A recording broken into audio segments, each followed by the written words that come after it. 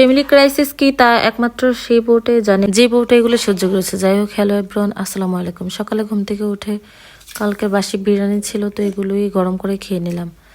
তো ঝটপট রান্নাঘরে গিয়ে মাছগুলো ভেজে নিচ্ছিলাম। আর একদিকে অনেক দিন ধরে ডাইনিং টেবিলের কভারগুলো চেঞ্জ করা হচ্ছিল না, তাই ভাবলাম একটু ধুয়ে দিই। তো এই তো অন্য কভার লাগিয়ে নিলাম। অন্য কভার লাগিয়ে এইগুলো ভিজিয়ে রাখলাম আর কি, অনেক দিন ধরে ধোয়া হচ্ছিল না।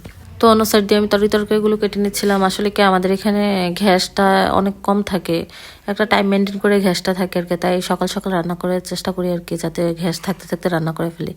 তো এই তো এদিকে ভাত বসিয়ে দিলাম। ভাত বসিয়ে মাছটা রান্না করার জন্য একটু মশলাটা কষিয়ে আলুগুলো দিয়ে দিলাম। লাল শাক দিয়ে মাছ দিয়ে রান্না করবো আর কি। জানি না আপনারা কে কে পছন্দ করেন, কিন্তু আমার ভালোই লাগে লাল শাক আর আলু দিয়ে টাকি মাছের তরকারি আর কি। তো এই তো মশলাটা কষিয়ে লাল শাকগুলো দিয়ে দিব। অন্য পাশে ভাতটা হচ্ছিল, ওখানে একটু দেখে নিলাম আর কি। ভাত আর তরকারি একসাথে বসিয়ে দিয়েছে দুই চুলায়।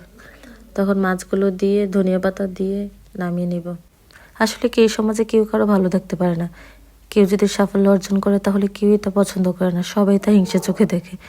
যাই হোক, বাচ্চাকে এখন অন্যদিকে সকালে শুধু একটু ফিটার খাইয়েছিলাম, এখন একটু একটা ডিম পুচ করে খাইয়ে নিচ্ছিলাম। আবার সকালে ঘুম থেকে উঠে বিছানাটাও একটু গুছাই নেই আর কি, মশাই টশাই সবই যেভাবে আছে ওভাবে রয়েছে, তো আর কি বিছানাটা গুছিয়ে নিচ্ছিলাম। সুন্দর করে বিছানাটা করে আরও অন্য অনেক কাজ পড়ে আছে।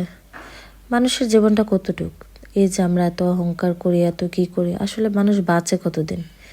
কেন কেউ সবার সবার পিছিয়ে পড়ে থাকে আমি এটাই বুঝি না। যে যার যার মতো ভালো থাকুক না, এতে আমাদের পিছিয়ে পড়ে থাকার কি মানে?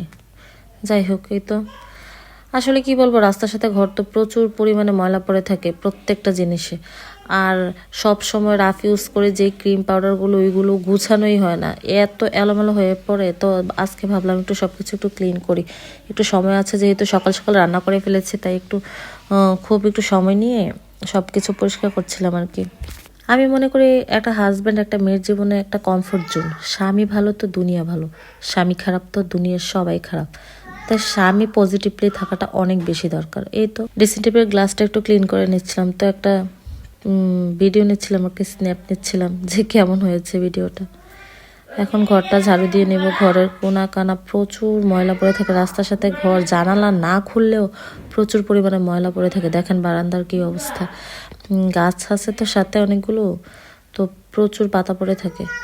অনেকদিন ধরে গাছগুলো যত্ন করা হচ্ছিল না, আপনাদেরকে পরে একটা শেয়ার করব গাছের ভিডিও নিয়ে আর কি।